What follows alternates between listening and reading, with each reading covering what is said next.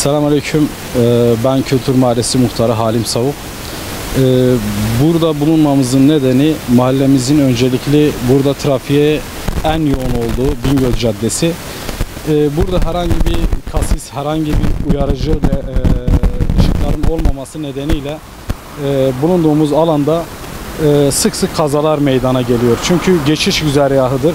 Mahalleden ana yola giriş, mahalleden ana yola giriş, Bingöl geliş güzergahı, Bingöl gidiş güzergahı. Bu yol çok yoğun bir şekilde kullanıldığı için burada bir ışıklandırma sisteminin yapılmasını talep ediyoruz.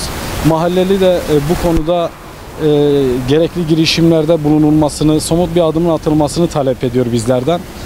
Umarım en kısa zamanda bu problemimiz çözülür, bu konu çözüme kavuşur.